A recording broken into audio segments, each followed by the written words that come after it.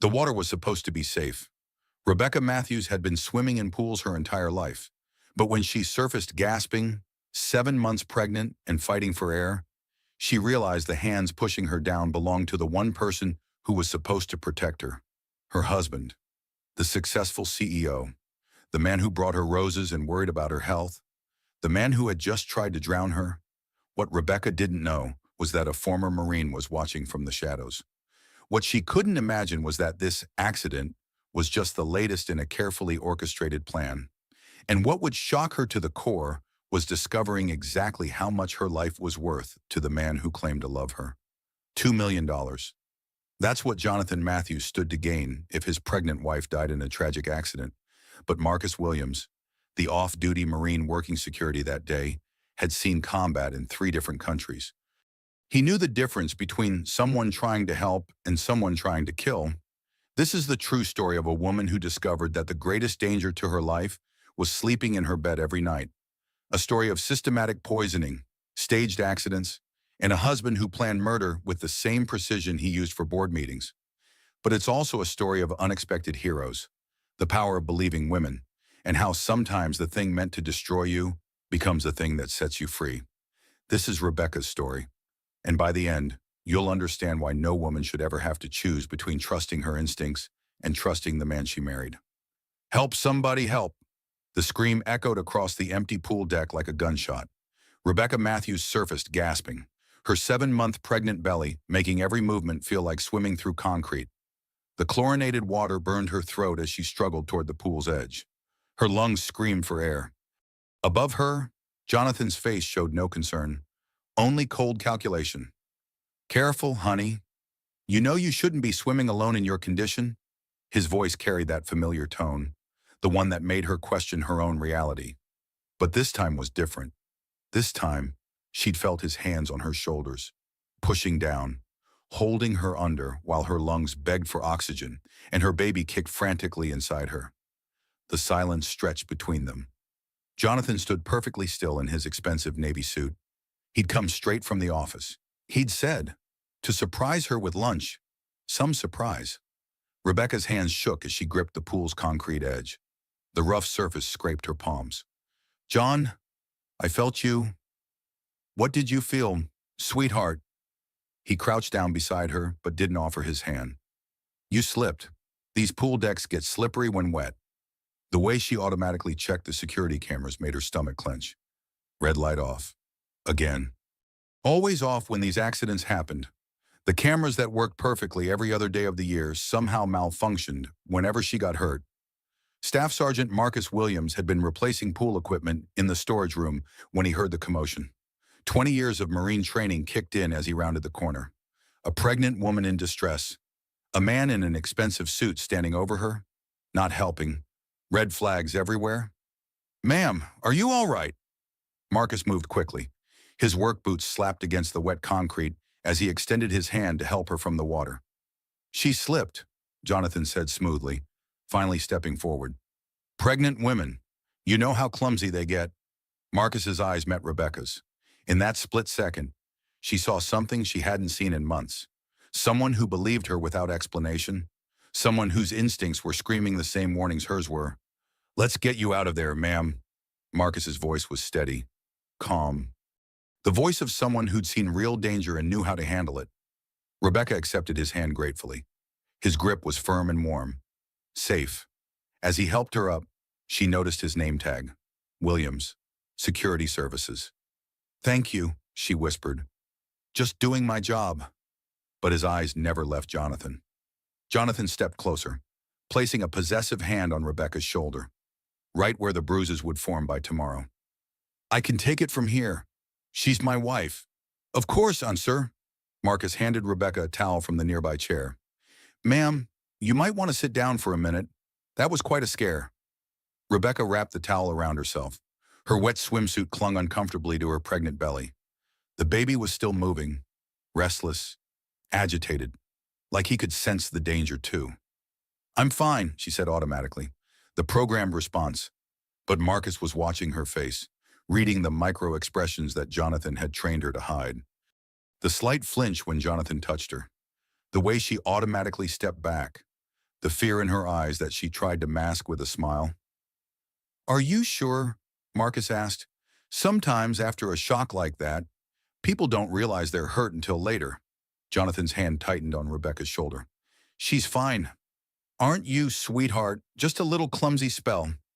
"I'm not clumsy." The thought hit Rebecca like a physical blow. "I'm not paranoid. Something is very wrong here." For the first time in months, she trusted her own instincts over her husband's words. "Actually," she said slowly, "I think I'd like to sit down for a minute." Marcus nodded approvingly. "Smart idea. I'll get you some water." As he walked away, Jonathan leaned close to Rebecca's ear. His breath was warm against her neck. To anyone watching, it would look like a concerned husband comforting his pregnant wife. "Don't make a scene," he whispered. "You know how you get when you're emotional. Nobody wants to hear your dramatic stories." Rebecca's blood turned cold. The same words he'd used after she'd fallen down the stairs. After the kitchen accident with the boiling water. After every incident that left her hurt and confused and questioning her own memory. But this time was different. This time, someone else had seen it. Someone whose job was to protect people. Someone who didn't look at her like she was crazy. Marcus returned with a bottle of water and a dry chair. "Here you go, ma'am. Take your time." "We really should be going," Jonathan said. "She has a doctor's appointment this afternoon." "I don't have an appointment today," Rebecca said before she could stop herself.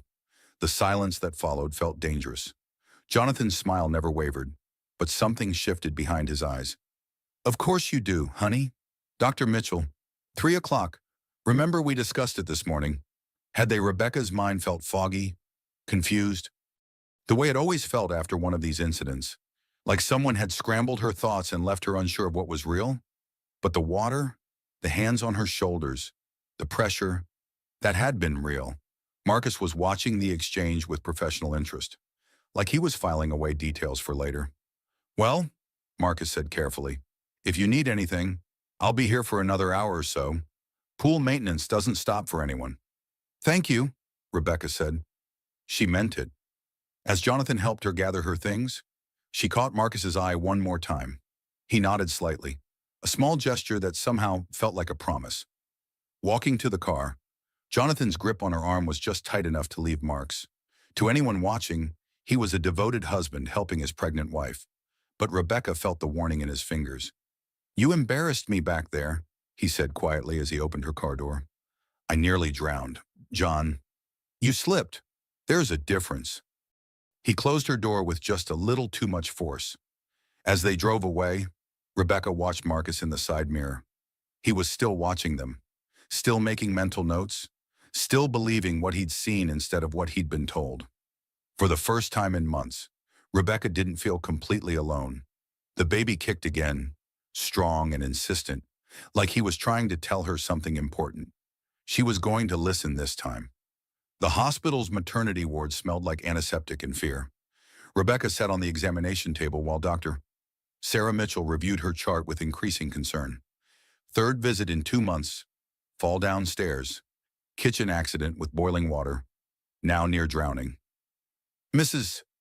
Matthews, I need to ask some questions privately." "My husband should be here for this." Rebecca's automatic response came without thought. The programmed answer that had been drilled into her over months of careful conditioning.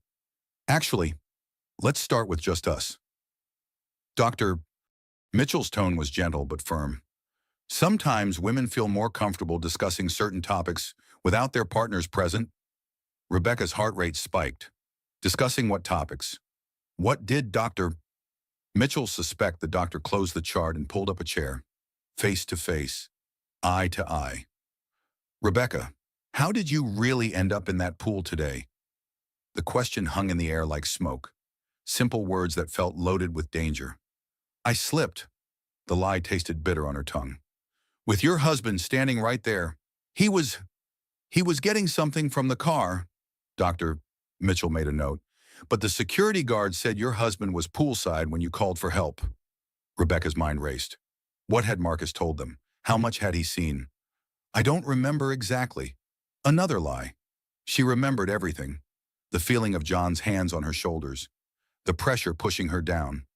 The way the chlorinated water had filled her nose and mouth while her baby thrashed inside her, she remembered it all. Rebecca, Dr. Mitchell's voice was soft. In my 15 years of practice, I've learned to recognize patterns. Your injuries aren't consistent with accidents. The words hit like physical blows. You don't understand. Jonathan would never.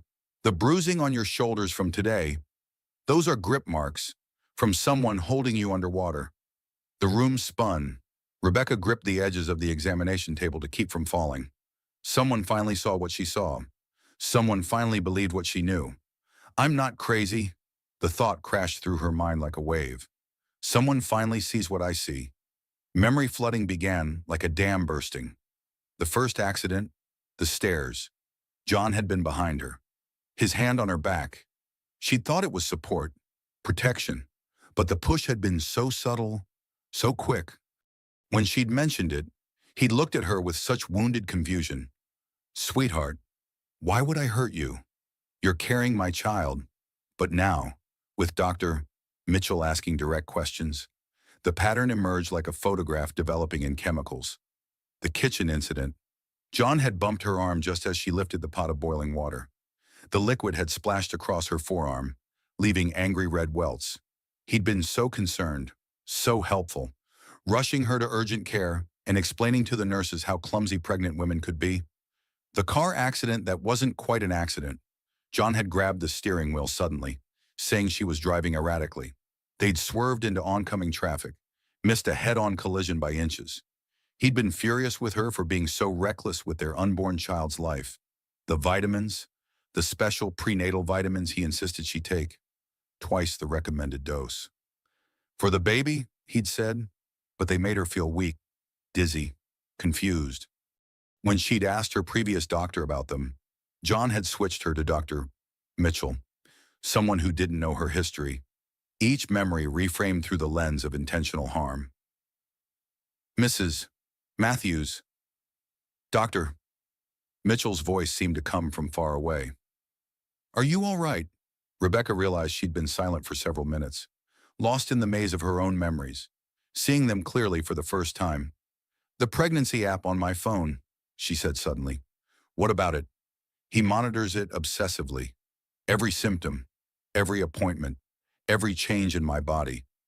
The words tumbled out faster now. I thought it was because he was excited about becoming a father. But it's not excitement. It's control. Dr.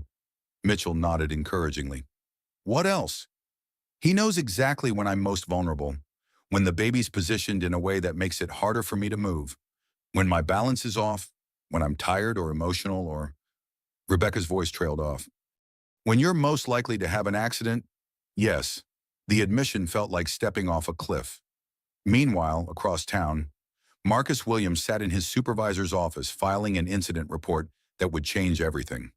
20 years of combat had taught him to trust his instincts. That man hadn't just failed to help his pregnant wife. He'd been preventing her escape from the pool. You sure about this? Williams, supervisor Janet Hayes, looked skeptical. That's a serious accusation. Ma'am, I know what I saw. The woman was in genuine distress.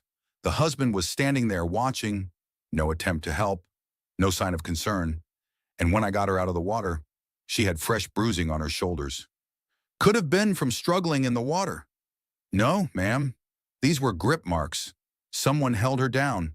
Janet sighed. All right, I'll call it in. But you better be right about this. Marcus was right. He'd staked his career on worse odds in Afghanistan.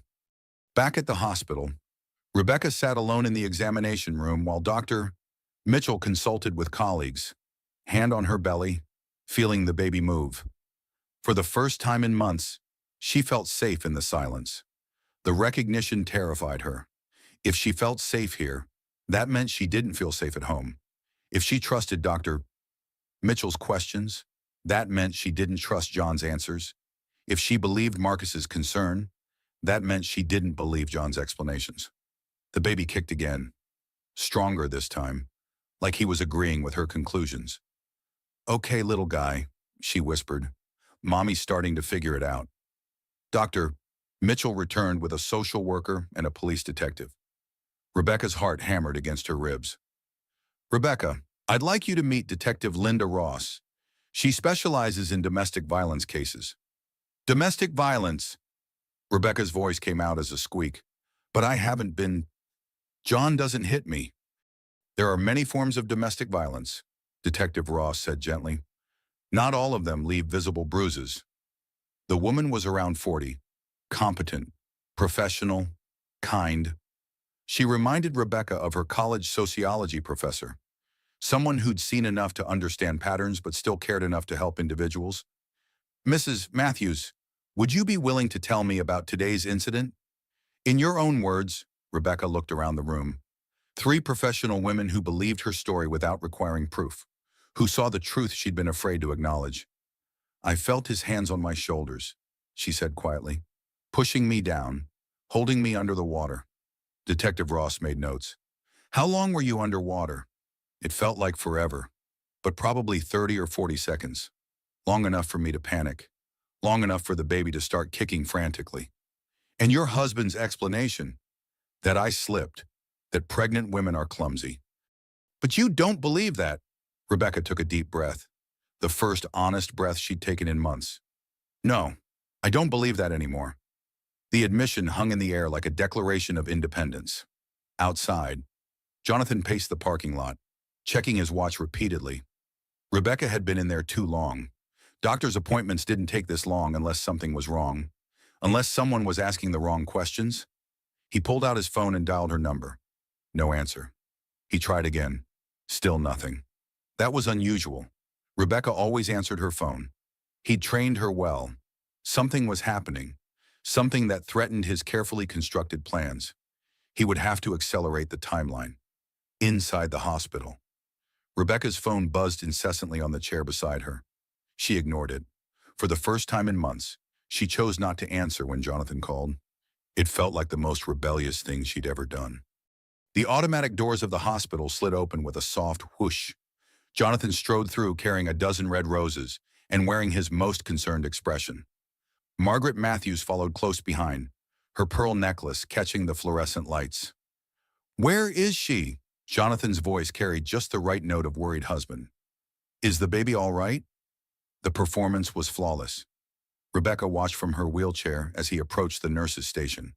Every gesture calculated, every word designed to convey devoted concern. Mr. Matthews. Nurse Jennifer approached with a professional smile. Your wife is doing fine. Dr. Mitchell is just finishing up some routine tests. Thank God. Jonathan pressed a hand to his chest in relief. When I heard she'd had an accident at the pool, I left work immediately. Thank goodness that security guard was there to help. Margaret nodded approvingly. Jonathan was beside himself with worry. This is why pregnant women need constant supervision. Rebecca felt sick.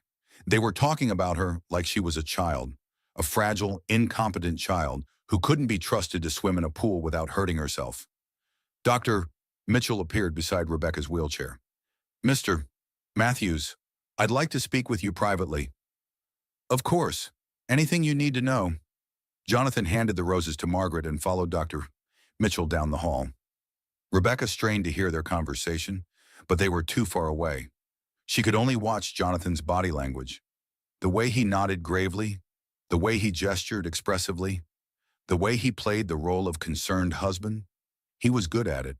He'd had plenty of practice. Margaret settled into the chair beside Rebecca's wheelchair. You gave us quite a scare, dear. I'm sorry. The apology came automatically. Now, don't apologize. Accidents happen, though I do think you should be more careful.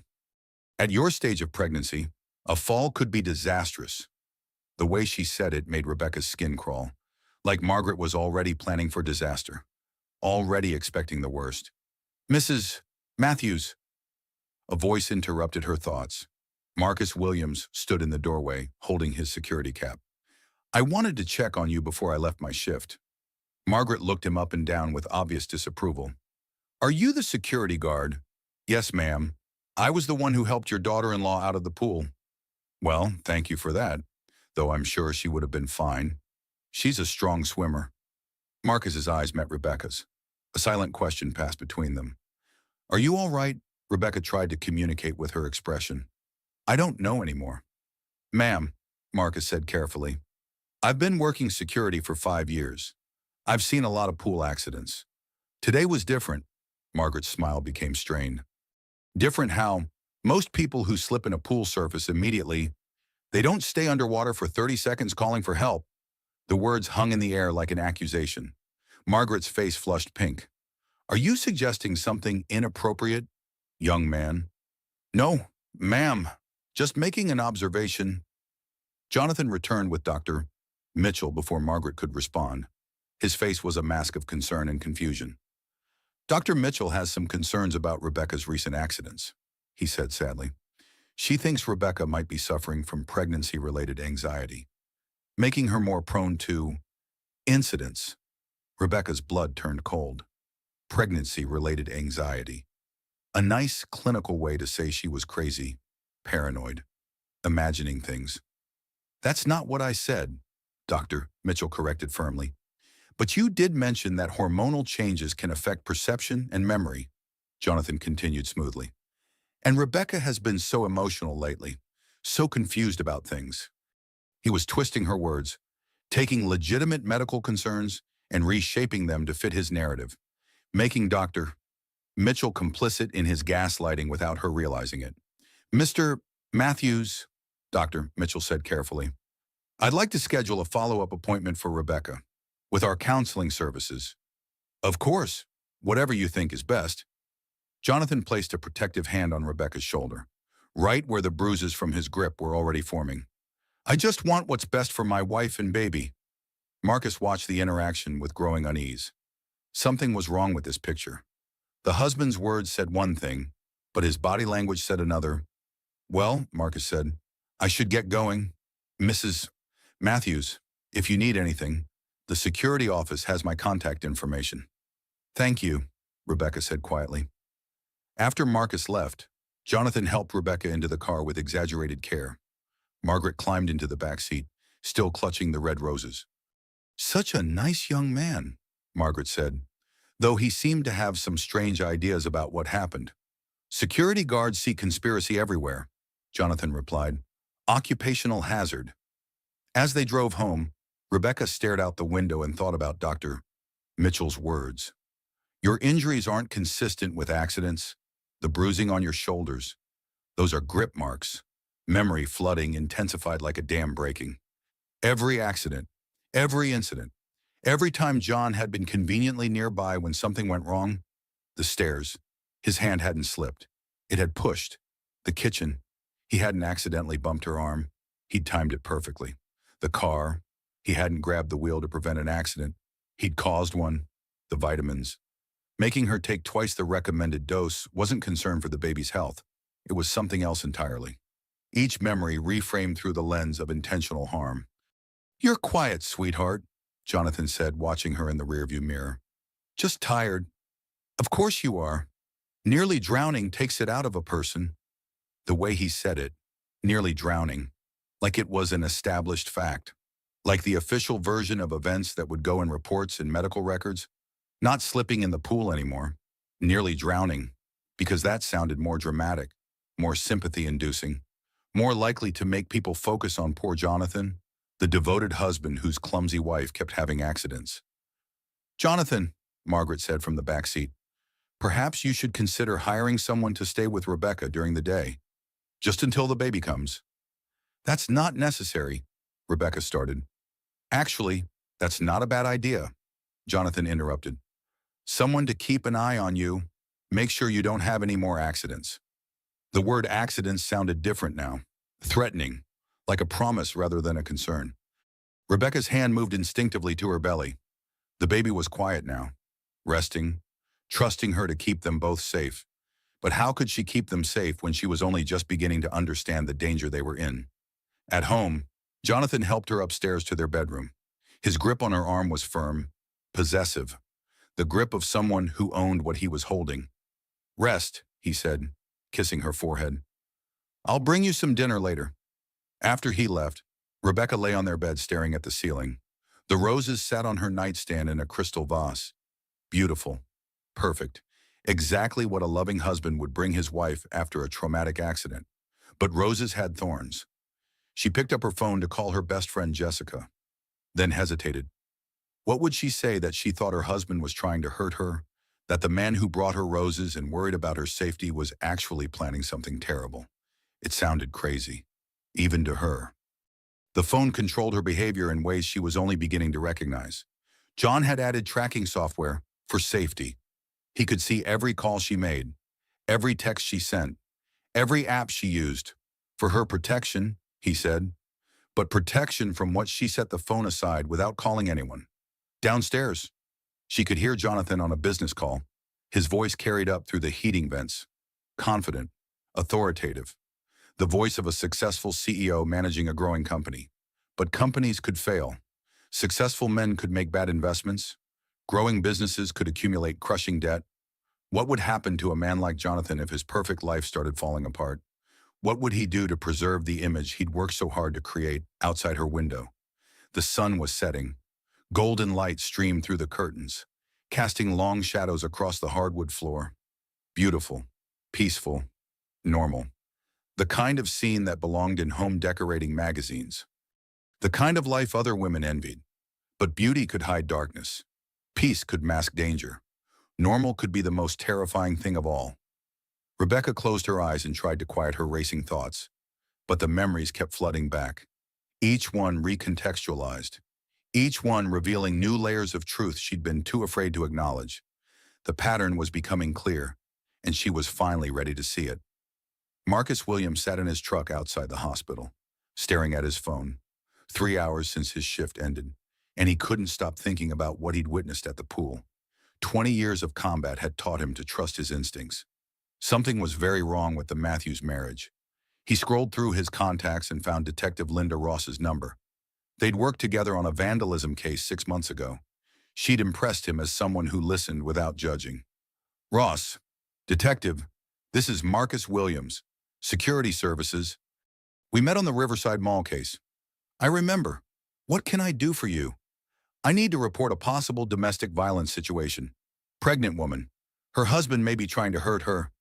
Silence on the other end. Then, tell me everything. Marcus walked her through the pool incident step by step. The husband's lack of concern, the woman's fear, the fresh bruising on her shoulders, the way she automatically apologized for everything. The husband claimed she slipped, Marcus concluded. But I've seen enough pool accidents to know the difference. Where is she now? Home, I assume. With him. That's what I was afraid of. Detective Ross sighed. I'll look into it. Can you send me everything you remember in writing? Already drafted it? Marcus had learned military precision from the best. I'll email it over. After hanging up, Marcus made a decision that would change everything. He drove back to the pool facility and requested access to the security footage. System was down this morning, his supervisor Janet Hayes said. Maintenance issue. For how long? About an hour. 9:30 to 10:30. Marcus felt ice in his veins. That's exactly when Mrs. Matthews had her accident. Coincidence. Janet, in 20 years of military service, I learned not to believe in coincidences. He spent the next hour examining the security system's technical logs. What he found made his blood run cold. The system hadn't malfunctioned. It had been manually disabled. Someone with access codes had turned off the cameras for exactly 37 minutes. The time frame of Rebecca's accident, only 3 people had those codes.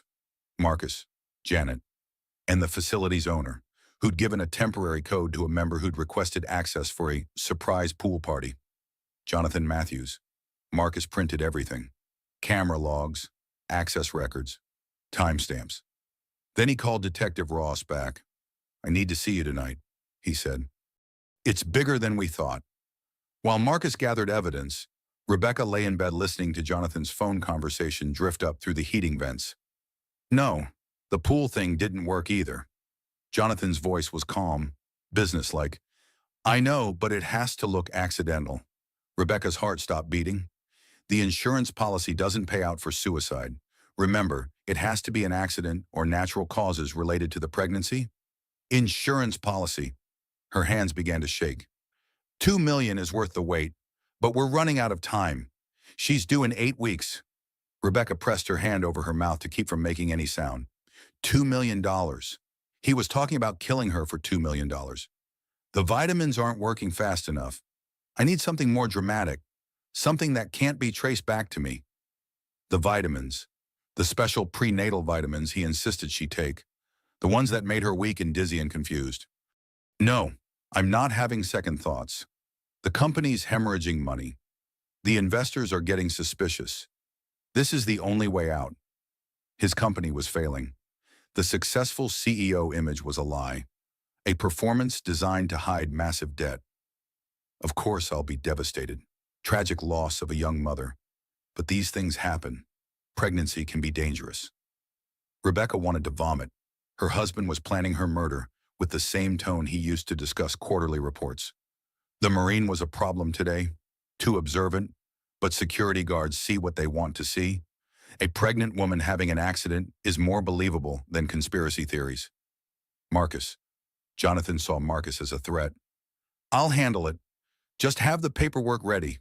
The moment she's gone, I need immediate access to the life insurance funds. The conversation ended. Footsteps on the stairs. Jonathan was coming back up. Rebecca lay perfectly still, pretending to sleep. Her mind raced with what she'd overheard. My husband isn't just abusing me. He's planning to murder me and our baby for an insurance payout. Jonathan entered quietly. She felt him watching her from the doorway, calculating, planning. Rebecca, he whispered.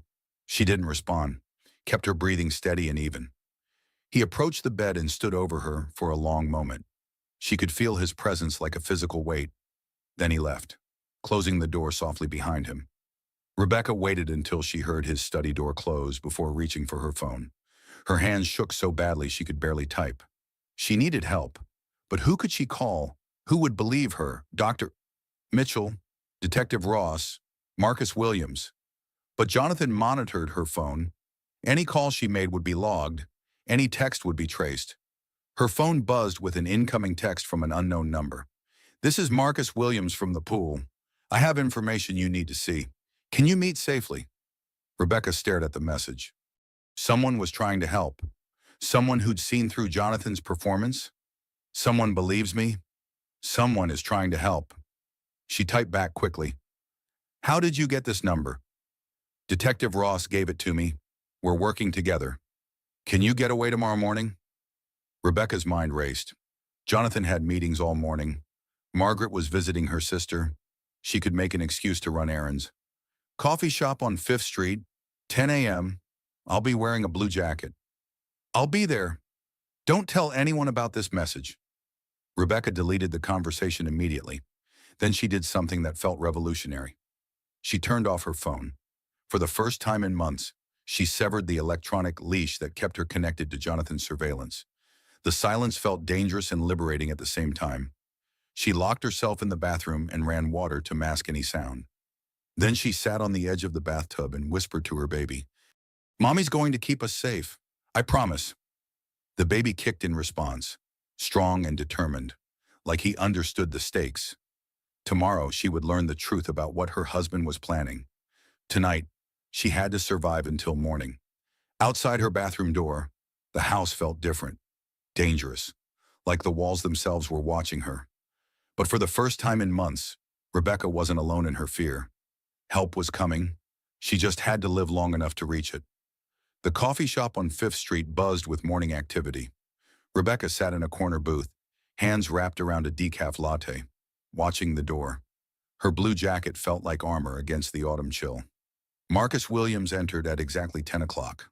Tall, broad-shouldered, moving with the controlled confidence of someone accustomed to danger. He spotted her immediately and approached with a slight nod. Mrs. Matthews? Please call me Rebecca. He slid into the seat across from her, placing a manila folder on the table between them.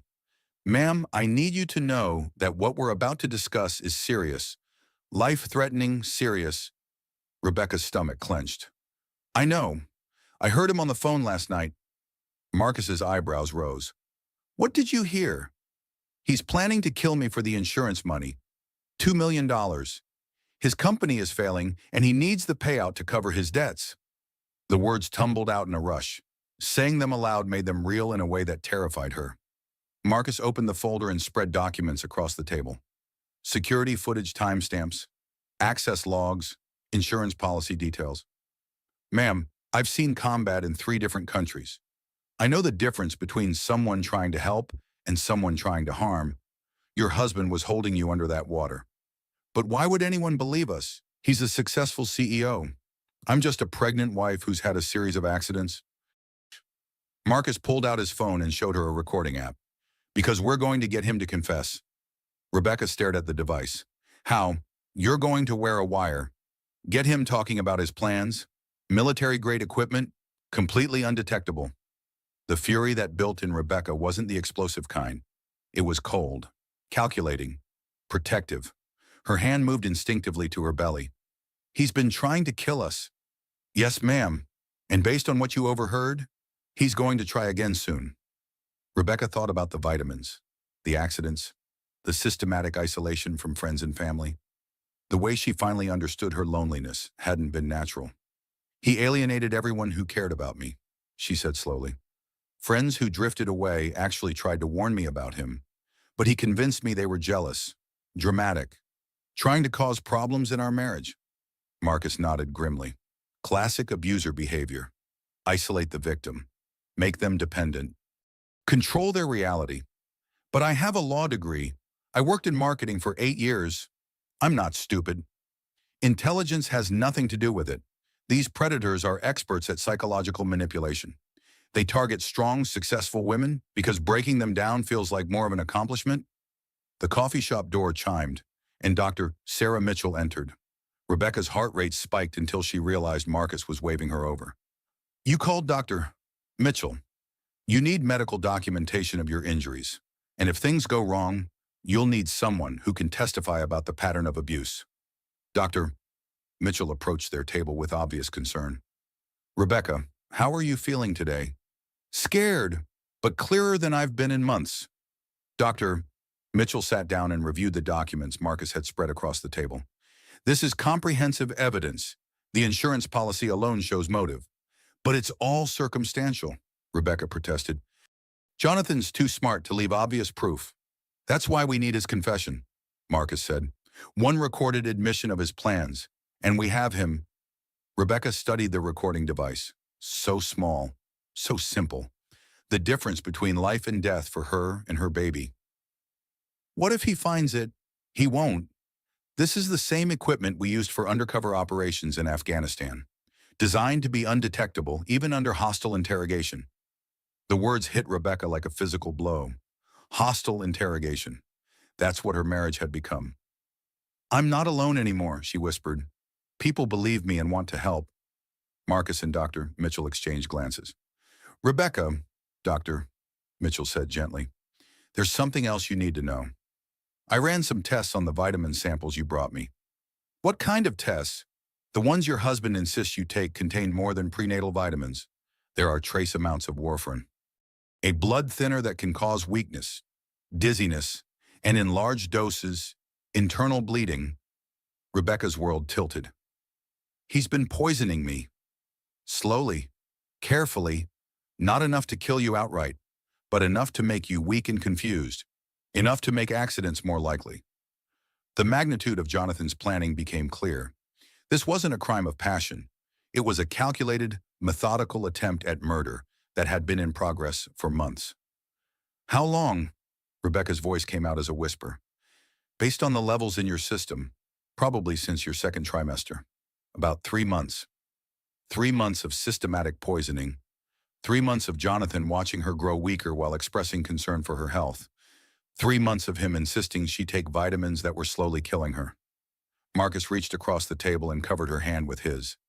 Ma'am, we're going to stop him, but we need that confession. Rebecca looked around the coffee shop. Normal people living normal lives. Couples sharing breakfast, students studying, professionals grabbing coffee before work. None of them knew they were sitting 10 feet away from someone whose husband was planning her murder. When Marcus asked if I needed anything, she said suddenly, my automatic response started with an apology. I'm sorry for all this trouble. I'm sorry for being dramatic. I'm sorry for existing. She stopped mid-thought. Actually, no, I'm not sorry. I didn't do anything wrong. The moment felt revolutionary. The first time in months she'd refused to apologize for taking up space in the world. Marcus smiled approvingly. That's the spirit we need to beat him? Dr. Mitchell leaned forward. Rebecca, I want you to know that whatever happens, you have a support system now. You're not facing this alone. Rebecca felt tears prick her eyes. I forgot what that felt like. We're going to get you and your baby out of this safely, Marcus said. But I need you to be brave for just a little longer. Rebecca thought about her unborn son, about the future Jonathan was trying to steal from both of them, about the life insurance money that was worth more to him than their lives. I can be brave. Good, because we're going to set a trap. Marcus outlined the plan with military precision. Rebecca would go home and act normal. That evening, she would steer the conversation toward their financial situation. Get Jonathan talking about his business problems, about the insurance policy, about his solutions to their money troubles. He'll confess, Marcus said with certainty. Men like him can't resist explaining how clever they are, especially to someone they think is powerless to stop them. What if he gets suspicious? Then you get out immediately. Dr. Mitchell and I will be monitoring from a van outside your house. Any sign of danger? And we're coming in. Rebecca nodded, trying to project confidence she didn't feel. Okay, let's do it. As they prepared to leave, Dr. Mitchell pulled Rebecca aside. Are you sure you want to do this? We could try to build a case without the confession. Rebecca thought about the baby growing inside her, about the life they deserved to have together, about all the other women who might be in similar situations, thinking they were crazy for questioning their husband's explanations. I'm sure it's time to stop running from the truth. Outside the coffee shop, Marcus handed her the recording device and showed her how to activate it. Remember, you're not just fighting for yourself, you're fighting for that baby, and sometimes fighting means being smarter than the enemy. Rebecca slipped the device into her purse. Such a small thing to carry such enormous weight. Thank you, she said, for believing me, for helping me, for seeing what everyone else missed. Just doing what's right, ma'am. As Rebecca drove home, she felt something she hadn't experienced in months.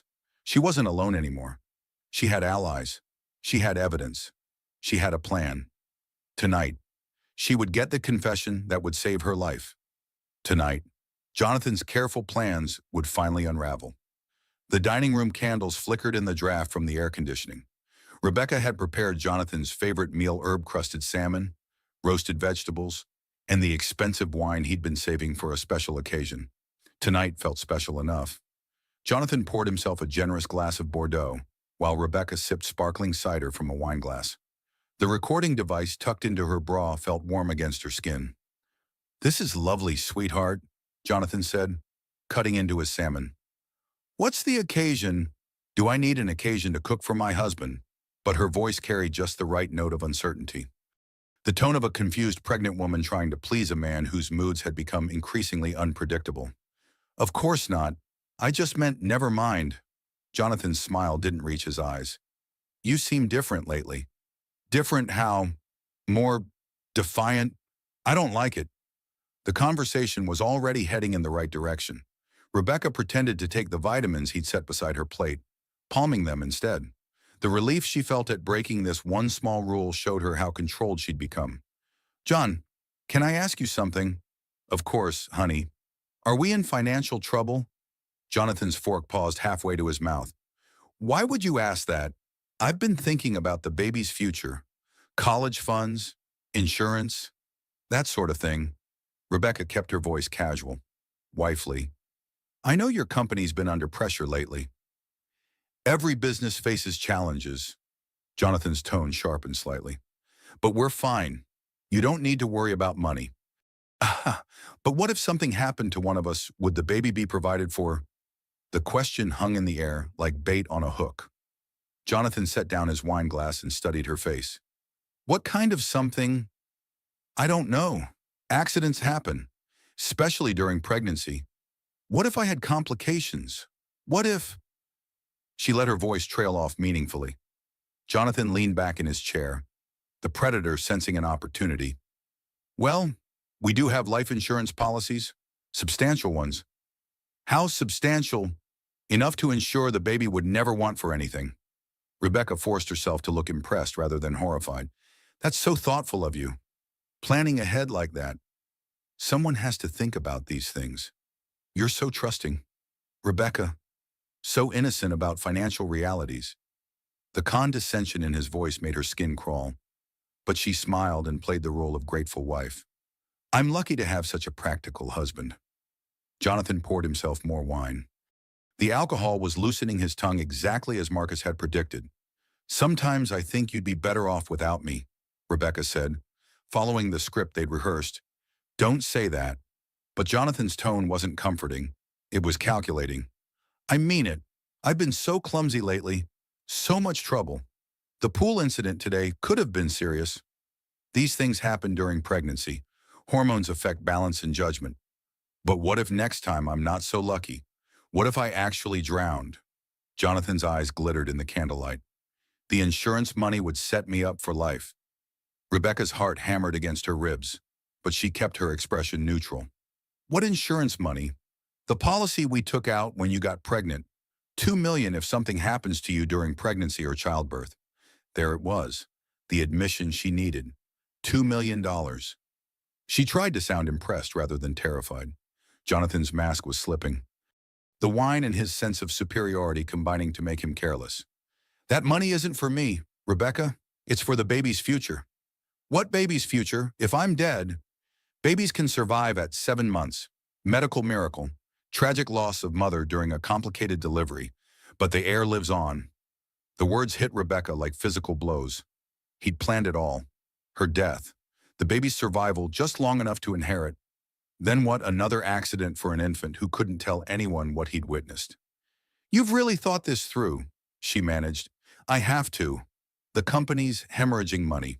Rebecca, the investors are threatening to pull out. I'm facing bankruptcy unless something changes dramatically. But surely there are other options. Like what? Declare bankruptcy and destroy my reputation? Start over at 35 with nothing? Jonathan's voice rose slightly. This is a solution that solves all our problems permanently. He'd just confessed to planning her murder. On tape. With motive clearly established. Rebecca excused herself to the bathroom, where she dry heaved from terror and adrenaline. Her baby kicked frantically, as if sensing the danger surrounding them both.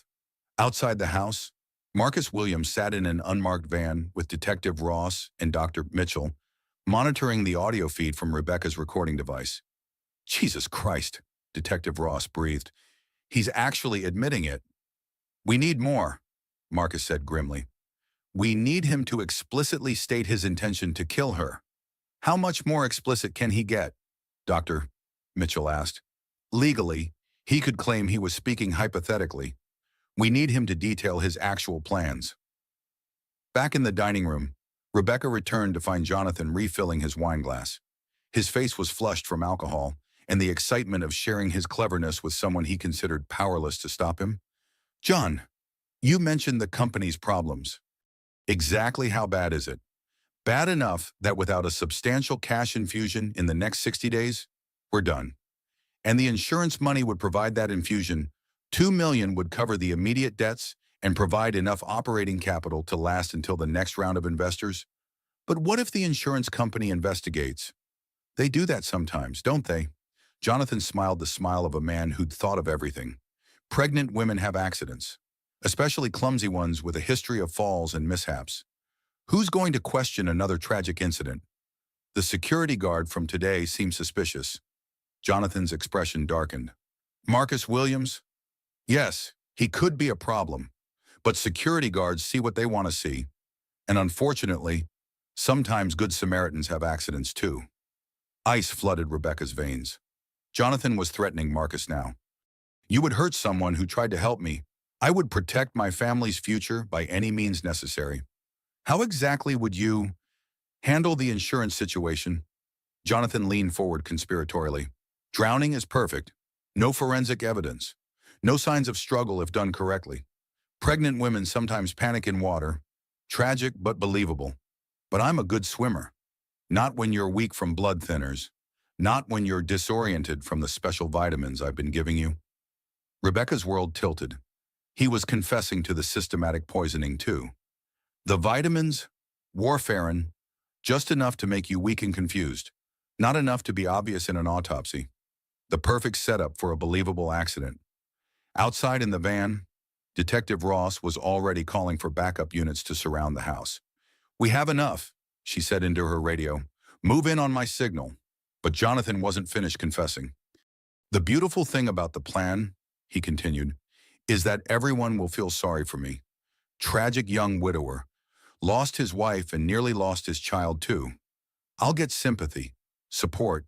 No one will question the grieving husband collecting insurance money to provide for his orphan baby. And after the baby's born," Jonathan's smile turned cold, "infants are fragile. SIDS is tragically common. Another insurance policy, another unfortunate accident. But by then, I'll have had time to rebuild the company and establish a new identity as a successful single father." He just confessed to planning the murder of both Rebecca and their unborn child. The recording device captured every word. Rebecca stood up slowly, her hand moving protectively to her belly. "You're planning to kill me and our baby for money." Jonathan's mask fell away completely. The charming husband disappeared, leaving only cold calculation in his eyes. "You always were too smart for your own good." "People know, John. They're listening right now." Jonathan's eyes narrowed. "What people?" Rebecca pulled the recording device from her bra and held it up. "People who believe me. People who saw through your performance." For a moment, Jonathan sat frozen in shock. Then rage replaced surprise. "You stupid bitch! Do you have any idea what you've done?" He lunged across the table, but Rebecca was already moving. Months of weakness from the blood thinners had made her cautious, but adrenaline gave her speed. The front door exploded inward as SWAT officers flooded the house. "Police, everyone on the ground." Jonathan spun toward the noise, his face twisted with fury and disbelief. "This isn't over," he snarled at Rebecca. "You think you've won. You have no idea what I'm capable of." Detective Ross stepped through the doorway with her weapon drawn. "Jonathan Matthews, you're under arrest for attempted murder, conspiracy to commit murder, and domestic violence." As the officers cuffed him, Jonathan's eyes never left Rebecca's face. "You were supposed to die," he said quietly. "Everything would have been perfect if you just died like you were supposed to." Rebecca stared at the man she'd married, the father of her unborn child, the person who'd spent months systematically trying to kill them both for insurance money. "But I didn't die," she said simply, "and now everyone knows what you really are." As they led Jonathan away, he turned back one final time. "The baby's not even yours to protect," he called out. "Did you really think I'd leave my inheritance to bastard offspring?" The words hit Rebecca like a physical blow. Even now, even caught red-handed confessing to murder, Jonathan was trying to plant one final seed of doubt. But Rebecca knew the truth now. She knew the difference between reality and manipulation. "The baby is mine," she said firmly, "and he's going to grow up free from your poison." The house fell silent except for the sound of police radios and Rebecca's own breathing. She'd done it. She'd gotten the confession. She'd saved both their lives. But the hardest part was still ahead, learning to live without fear.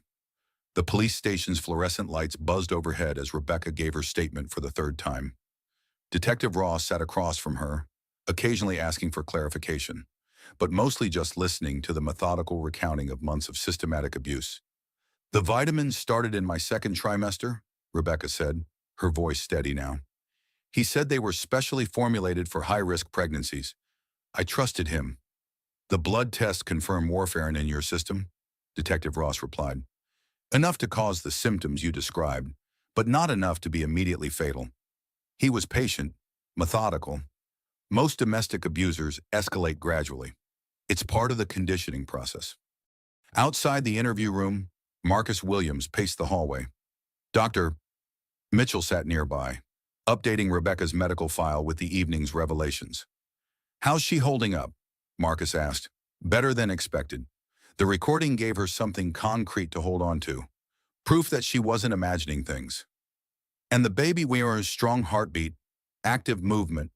Whatever Jonathan was giving her, it wasn't enough to harm the fetus directly." Marcus nodded grimly. "Yet." The interview room door opened, and Rebecca emerged looking exhausted but determined, dark circles under her eyes, but her spine was straight. "It's done," she said simply. Detective Ross followed her out. We have enough to hold him indefinitely. The recorded confession, combined with the physical evidence and medical testimony, makes this a solid case. What about bail? Given the nature of the charges and the risk to the victim, I don't think any judge will grant bail, but we'll know more tomorrow. Marcus approached Rebecca carefully. Ma'am, do you have somewhere safe to stay tonight? Rebecca hesitated. I can't go home. Everything there reminds me of. She gestured helplessly. I have a suggestion. Dr. Mitchell interjected. The hospital has a safe house arrangement with domestic violence survivors, secure location, counseling services, medical support. I don't want to be a victim anymore, Rebecca said quietly. You're not a victim, Marcus replied firmly. You're a survivor. There's a difference. The safe house was a converted Victorian mansion on the outskirts of town. Warm lighting, comfortable furniture, and most importantly, security systems that actually worked. Rebecca's room was on the second floor, overlooking a garden where other women walked with their children. Women who'd escaped similar situations. Women who understood without explanation. That night, she called Jessica for the first time in months. Rebecca, oh my God, where have you been? I've been trying to reach you for weeks. John didn't want me talking to you. He said you were trying to cause problems in our marriage. Silence on the other end. Then, honey, I tried to warn you about him early on, but he made sure I couldn't reach you. He systematically cut you off from everyone who cared. The pattern was even more extensive than Rebecca had realized. Jonathan hadn't just isolated her from friends. He'd convinced her that the isolation was her choice. Jess, I need you to know something. John tried to kill me. For insurance money. What, Rebecca? Are you safe now? I'm safe. He's in jail. But I wanted you to hear it from me before you see it on the news. They talked for 2 hours, Jessica filling in the gaps of the friendship that Jonathan had systematically destroyed. Explaining the calls that had gone unanswered because Jonathan deleted them, the invitations that were declined on Rebecca's behalf, the concerns that were dismissed as jealousy. I knew something was wrong, Jessica said, but I didn't know how to reach you. I'm sorry I didn't listen to you earlier. Don't apologize. You were being manipulated by an expert. After hanging up, Rebecca sat in the window seat watching the other residents in the garden below. A woman about her age pushed a toddler on a swing. An elderly lady tended flowers with dirt-stained gloves. A teenager sat reading under a tree. All of them survivors. All of them rebuilding their lives after escaping dangerous situations. Rebecca wasn't alone in this experience. She wasn't uniquely weak or gullible. She was part of a larger pattern of women who'd been targeted by predators. The understanding was both heartbreaking and liberating. Her phone rang. Unknown number. Rebecca, this is Margaret Matthews, Jonathan's mother. Rebecca's stomach clenched. Mrs. Matthews, I wanted to call before you heard it from someone else. I believe you. The words hit Rebecca like a physical surprise. You do. I've been thinking about things I chose to ignore. Signs I dismissed because I couldn't bear to think my son was capable of. Margaret's voice broke. I enabled him. I'm so sorry. The conversation lasted an hour, Margaret revealing her own growing concerns about Jonathan's behavior. His treatment of previous girlfriends who'd mysteriously turned out to be gold diggers. His business dealings that seemed increasingly desperate. His obsession with maintaining a perfect image, regardless of the cost. I convinced myself he was just driven, Margaret said. Ambitious. I didn't want to see the truth. It's not your fault. It is. Partially. I raised him to believe that success mattered more than character. That getting what you want matters more than how you get it. After Margaret hung up, Rebecca felt something shift inside her chest. The tight knot of isolation that had been choking her for months finally began to loosen. People believed her. People supported her. People saw through Jonathan's performance to the truth underneath. She wasn't crazy. She wasn't dramatic. She wasn't making up stories for attention. She was a woman who'd survived a calculated attempt at murder by someone who'd claimed to love her. At midnight, she felt the baby kick strongly. Active, healthy, fighting. We're going to be okay, she whispered to her belly. Both of us. Outside her window, the security lights illuminated the garden, where tomorrow she would walk with other survivors. Where she would learn that healing was possible. that life after abuse could be not just livable, but actually joyful. For the first time in months, Rebecca fell asleep without checking the locks on her door. She was finally truly safe. 6 weeks later, Rebecca sat in the courthouse nursery holding baby Emily, who had arrived 3 weeks early but completely healthy. The little girl had Jonathan's dark hair, but Rebecca's green eyes and determined chin. "She's beautiful," Dr. Mitchell said, settling into the chair beside them. "How are you feeling?" "Stronger every day." Rebecca adjusted Emily's blanket. "Ready to testify." The trial had been swift. Jonathan's recorded confession, combined with the physical evidence and expert testimony, left little room for legal maneuvering, but Rebecca still needed to face him one final time. "The prosecutor says it should be straightforward," Dr. Mitchell continued. "Just tell your story. Let the jury hear what he put you through." Marcus Williams appeared in the doorway, wearing his dress uniform. "Ma'am, they're ready for you." The courtroom was packed. Media in the back rows. Family members scattered throughout. And in the defendant's section, Jonathan in an orange jumpsuit looking nothing like the polished CEO who'd once charmed everyone he met. His eyes found Rebecca immediately. Cold. Calculating. Still convinced he was the smartest person in the room. Rebecca took the witness stand holding Emily. The prosecutor had argued that the baby was evidence of what Jonathan had tried to destroy, a life that existed despite his best efforts to prevent it. "Mrs. Matthews," the prosecutor began, "can you tell the jury about your marriage to the defendant?" Rebecca looked at Jonathan, then at the jury, then at Emily's peaceful face. "I thought I was married to a successful businessman who loved me," she said clearly. "I was actually married to someone who saw me as a business transaction, and an asset to be liquidated when I became more valuable dead than alive." The questioning took 2 hours.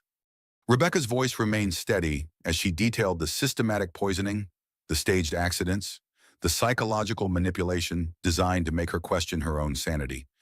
Jonathan's lawyer tried to paint her as a paranoid, hormone-addled woman who'd misinterpreted her husband's concern for malice.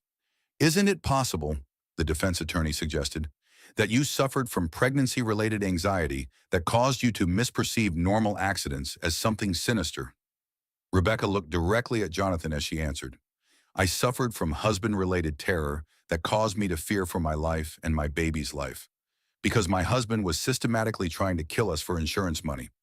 When they played the recording of Jonathan's confession, several jury members visibly recoiled. His voice filled the courtroom, calm and businesslike as he detailed his plans for murder. "The beautiful thing about the plan is that everyone will feel sorry for me. Tragic young widower." Jonathan's face remained impassive as his own words condemned him. Even now, he showed no remorse, only the cold fury of someone whose careful plans had been interrupted. During a recess, Rebecca found herself face to face with Jonathan's affair partner, Jennifer Kim, the company's CFO who'd come forward during the investigation. "I wanted you to know," Jennifer said quietly, "I had no idea what he was planning. When I found out about the embezzlement and the insurance scheme, I was horrified." "You helped build the case against him," Rebecca replied. "That took courage." "I thought I was dating a successful CEO. I was actually sleeping with a would-be murderer." The conversation was brief but significant. Even Jonathan's co-conspirator in adultery had been manipulated and used. Rebecca wasn't his only victim, just his most targeted one. The jury deliberated for less than 3 hours. Guilty on all counts: attempted murder in the first degree, conspiracy to commit murder, domestic violence, insurance fraud, assault with intent to kill. Judge Patricia Wells sentenced Jonathan to 25 years to life without possibility of parole. "Mr. Matthews," the judge said, "you systematically poisoned your pregnant wife, staged multiple attempts on her life, and planned the murder of both her and your unborn child for financial gain. This court finds your actions particularly heinous given the vulnerability of your victims and the premeditation involved." Jonathan stood for sentencing with the same cold composure he'd maintained throughout the trial. "Your Honor, I maintain my innocence. My wife is a disturbed woman who fabricated these charges because she couldn't handle the stress of pregnancy." Even facing life in prison, he was still gaslighting, still trying to make Rebecca question her reality. But Rebecca was no longer the confused, isolated woman who'd nearly drowned in a swimming pool. She'd found her voice, her support system, and her strength. When given the opportunity to make a victim impact statement, she stood holding Emily and spoke directly to Jonathan. "I don't hate you," she said clearly. "I pity you. You threw away everything real for money that would never have filled the emptiness inside you. You could have had a wife who loved you and a daughter who would have adored you. Instead, you chose greed and violence." She paused, looking at Emily's sleeping face. "But your failure to destroy us became our freedom to thrive. Emily will grow up knowing she's precious and protected. She'll never know a world where someone who claims to love her actually wants to harm her." Jonathan's composure finally cracked. For just a moment, she saw something that might have been regret flicker across his face. Then it was gone, replaced by the familiar cold calculation. As they led him away to begin his sentence, Jonathan looked back at Rebecca one final time. "You think you've won," he said quietly. "But you'll never really be free of me." Rebecca met his gaze steadily. "I already am." Outside the courthouse, media crews swarmed for statements. Rebecca declined interviews, but released a written statement through her lawyer. "No woman should have to choose between believing her instincts and believing someone who claims to love her. If my story helps even one person recognize the warning signs of domestic violence, then something good will have come from this nightmare." Marcus Williams was waiting by her car, holding a small gift bag. "For Emily," he said, "a little something to celebrate her first major victory." Inside was a tiny marine onesie with Semper Fi embroidered in pink thread. "She's already shown she's a fighter," Marcus said, "just like her mother." Rebecca looked back at the courthouse, where Jonathan would never walk free again. "We did it," she said simply. "Yes, ma'am, you did." That evening, in her new apartment with Emily sleeping peacefully in her crib, Rebecca finally allowed herself to believe it was over. Jonathan was gone. The threat was eliminated. The insurance money he'd coveted so desperately would go into a trust fund for Emily's education, administered by people who actually wanted the child to live to use it. Rebecca had not just survived, she had won. 2 years later, Rebecca addressed a conference of medical professionals at the downtown convention center. Emily, now a toddler with bright green eyes and an infectious giggle, played quietly in the backstage childcare area while her mother spoke to an audience of doctors, nurses, and social workers. "The signs were always there," Rebecca said into the microphone, her voice carrying clearly through the packed auditorium. "But abusers are experts at making their victims question reality. What saved me wasn't just physical rescue, it was people who believed me without requiring proof." In the audience, Dr. Sarah Mitchell smiled proudly. Beside her sat Marcus Williams, now working as a security consultant specializing in domestic violence cases. Detective Linda Ross took notes in the front row, planning to incorporate Rebecca's insights into her department's training protocols. "Domestic violence during pregnancy is particularly insidious," Rebecca continued. "The victim is physically vulnerable, emotionally invested in preserving the family unit, and often isolated from support systems. Predators exploit this vulnerability systematically." The presentation included case studies, warning signs, and intervention strategies. But the heart of Rebecca's message was simpler. Listen to women. Believe their experiences. Don't require them to prove their fear before offering help. During the question and answer session, a young resident asked about recovery. "How do you rebuild trust after being betrayed so completely by someone you loved?" Rebecca considered the question carefully. "You start small. You trust your pediatrician to care for your child. You trust your friends to show up when they say they will. You trust yourself to recognize red flags. Trust isn't rebuilt all at once. It's reconstructed one relationship at a time." After the conference, Rebecca returned to her office at the Mitchell Foundation, the nonprofit organization she'd established with Dr. Mitchell to support pregnant women escaping domestic violence. The foundation provided medical care, legal assistance, safe housing, and most importantly, a network of people who understood the unique challenges these women faced. "How did it go?" asked Jennifer Walsh, the foundation's program coordinator and a fellow survivor who'd escaped an abusive marriage 5 years earlier. "Productive. 3 new hospitals want to implement our screening protocols." Rebecca's work wasn't just speaking engagements and policy development. Every week, she met with women whose stories echoed her own. Women who'd been isolated, manipulated, and convinced they were crazy for questioning their partner's explanations. Rebecca. Jennifer knocked on her office door. "There's someone here to see you. Says it's urgent."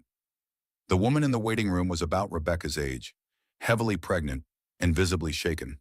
She clutched a folder of documents with trembling hands. "Mrs. Matthews, I'm Sarah Chen. Sorry, Sarah Peterson now. I read about your case in the news. I think my husband is trying to do the same thing." Rebecca led Sarah into her private office and poured her a cup of tea. "Tell me what's happening." The story was devastatingly familiar. Staged accidents, mysterious illnesses, a husband who insisted on handling all financial matters, life insurance policies that seemed excessive for their income level. "I found these," Sarah said, spreading insurance documents across Rebecca's desk. "3 different policies, all taken out in the last 6 months, all requiring my death to pay out." Rebecca studied the papers with expert eyes. The pattern was unmistakable. "Sarah, how far along are you? 32 weeks? Have you been taking any special vitamins or supplements?" "Yes, my husband says they're imported, specially formulated for high-risk pregnancies." Rebecca felt the familiar chill of recognition.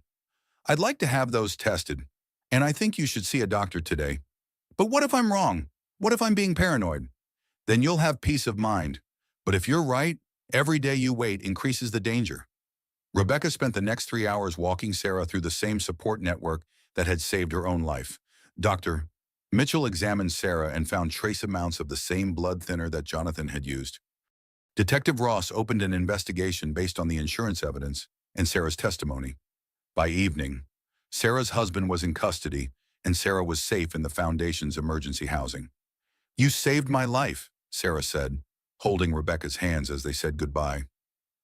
"You saved your own life by trusting your instincts and asking for help.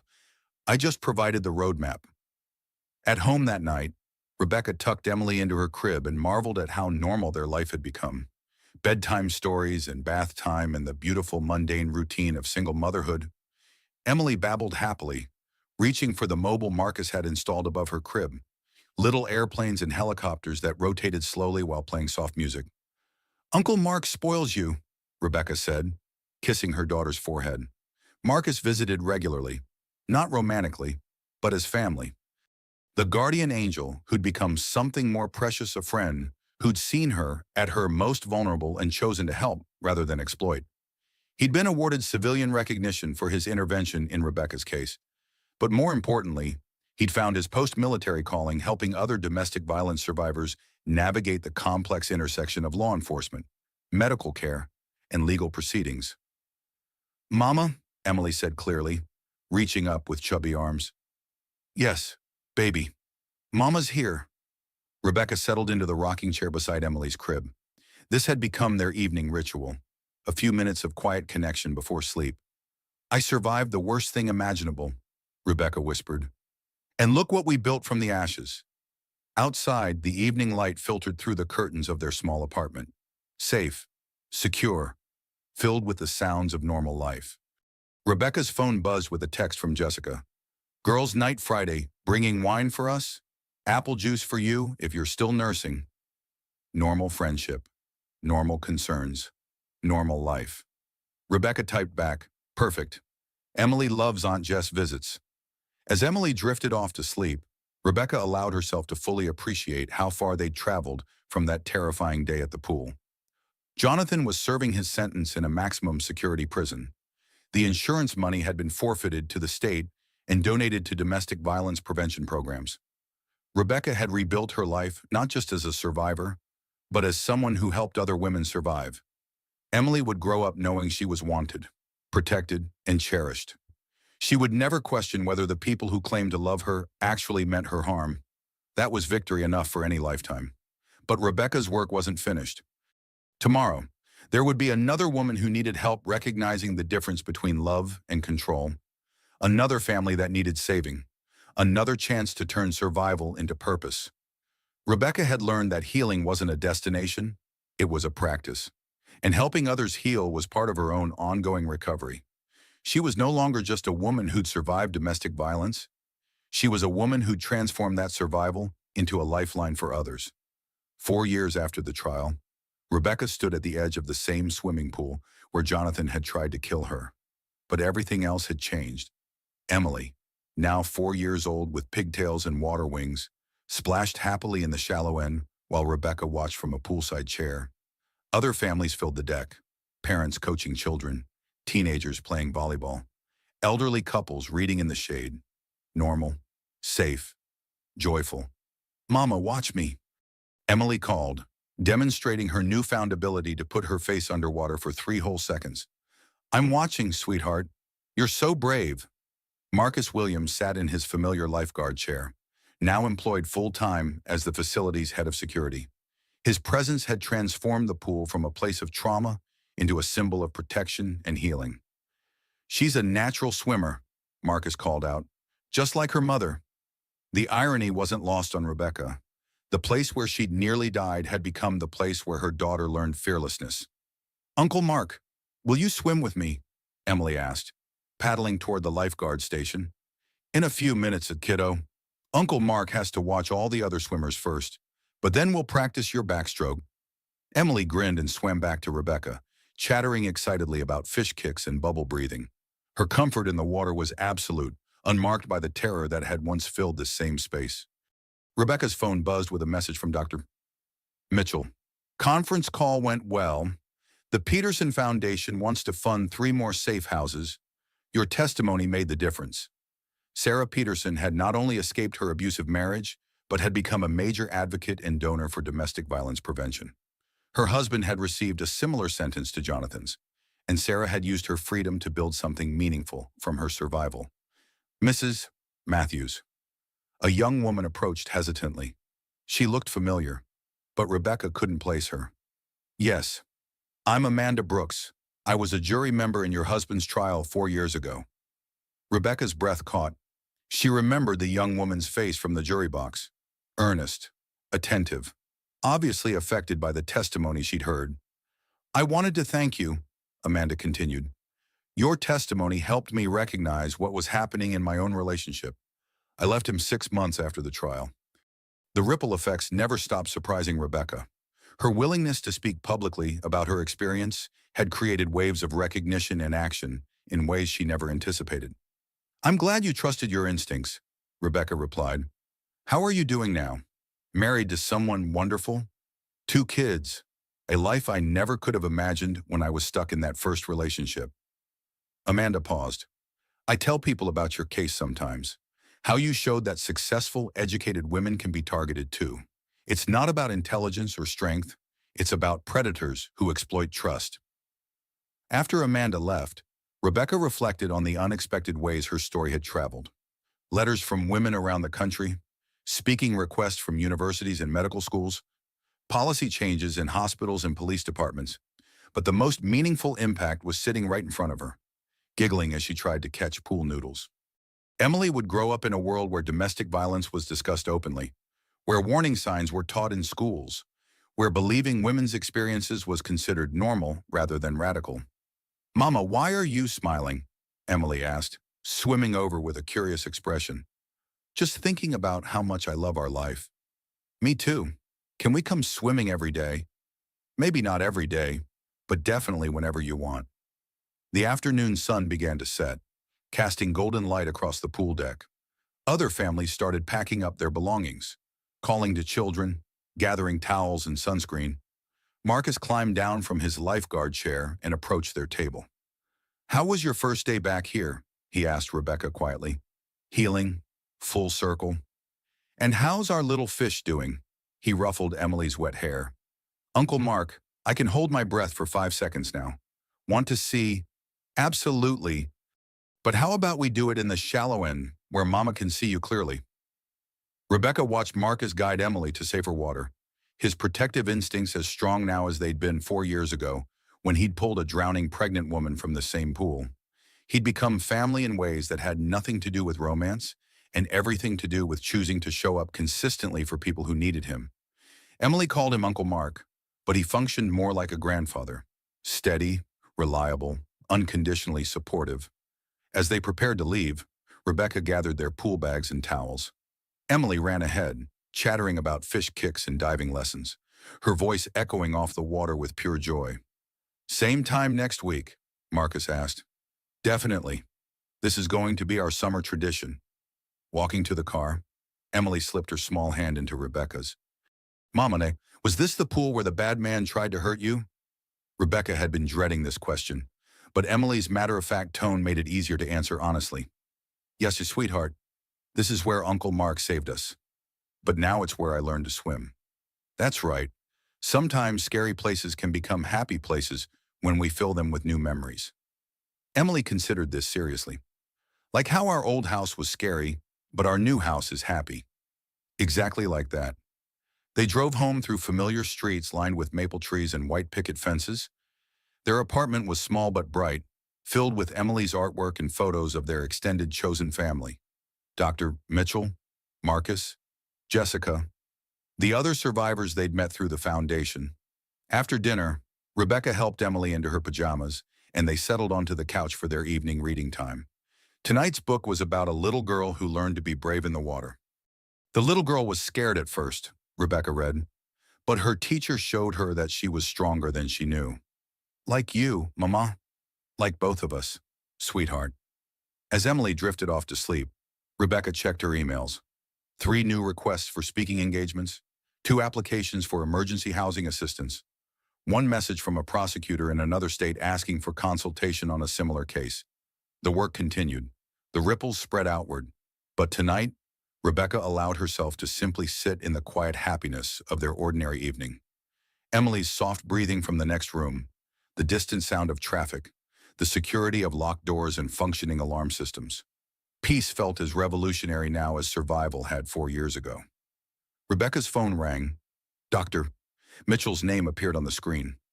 "How was the pool?" she asked without preamble. "Perfect. Emily wants to be a mermaid when she grows up. Better than wanting to be a princess. Mermaids are independent." They talked for a few minutes about upcoming foundation events and grant applications, professional matters that felt deeply personal because they grew from shared experience and mutual commitment to protecting other women. "Rebecca," Dr. Mitchell said before hanging up, "I'm proud of what you've built, not just the foundation, but the life you've created for yourself and Emily. We did it together. You had the courage to ask for help. That made all the difference." After the call ended, Rebecca walked to Emily's bedroom and stood in the doorway, watching her daughter sleep. Peaceful, safe, completely trusting that tomorrow would bring new adventures rather than new dangers. This was the victory Jonathan had tried to steal. Not money or property or public recognition, but the simple ability to sleep without fear and wake up with hope. Rebecca had not only survived his attempts to destroy her, she'd used that survival to build something that would protect countless other women and children. The little girl who would never know her father was serving a life sentence. Who would grow up believing that love meant safety rather than control? Who would learn to trust her own instincts because the adults around her consistently validated rather than questioned her perceptions? Emily stirred slightly and smiled in her sleep, as if dreaming of swimming lessons in summer afternoons. Rebecca whispered the same words she'd spoken every night since bringing Emily home from the hospital. "You are precious. You are protected. You are loved unconditionally." But tonight, she added something new. "And you are free." Outside, the neighborhood settled into evening quiet. Streetlights illuminated sidewalks where children played and families walked dogs, and life continued in all its beautiful, ordinary complexity. Rebecca had learned that freedom wasn't a destination, but a practice. Trust wasn't rebuilt overnight, but reconstructed one relationship at a time. Healing wasn't a finish line, but an ongoing commitment to choosing hope over fear. She'd survived the worst thing she could imagine. And in surviving, she'd discovered reserves of strength she never knew she possessed.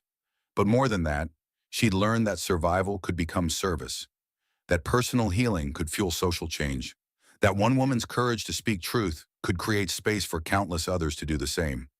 Tomorrow would bring new challenges, new women seeking help, new opportunities to turn pain into purpose.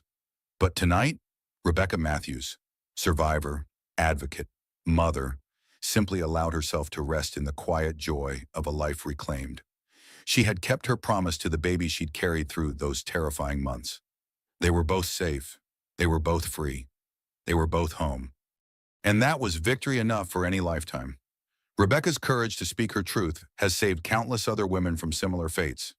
Her foundation continues to provide lifelines for domestic violence survivors who need someone to believe their story without requiring proof. If this story resonated with you, please hit that like button. It helps us reach other women who might need to hear Rebecca's message. Share this video with someone who needs to know they're not alone, they're not crazy, and help is available. And if you want to hear more stories of ordinary people showing extraordinary courage in impossible situations, subscribe and ring that notification bell. Because everyone deserves to know that survival is possible, healing is real, and sometimes the most powerful thing you can do is simply believe someone when they tell you they're in danger. Your engagement doesn't just help our channel grow.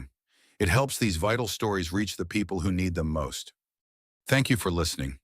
Thank you for believing. And thank you for being part of a community that refuses to stay silent about the things that matter most.